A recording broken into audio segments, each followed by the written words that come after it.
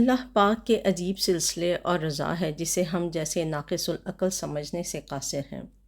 شہزادہ الولید بن خالد بن طلال بن عبدالعزیز السعود 19 جولائی سن 2025 کو 36 سال کی عمر میں انتقال کر گئے ہیں۔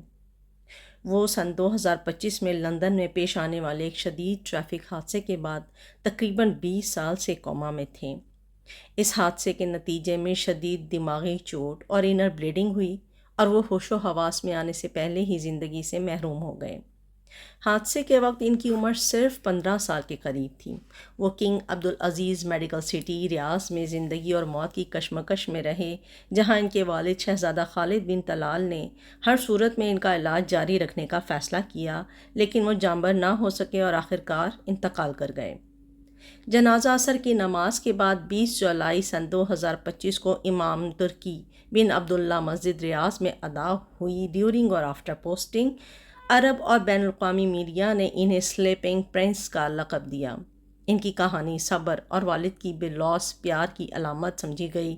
شہزادہ الولید سعودی عرب کے بانی شاہ عبدالعزیز کے پڑپوتے ہیں۔ وہ اپنے خاندان اور ان کے چاہنے والوں کے لیے صبر، محبت اور امید کی علامت ہیں۔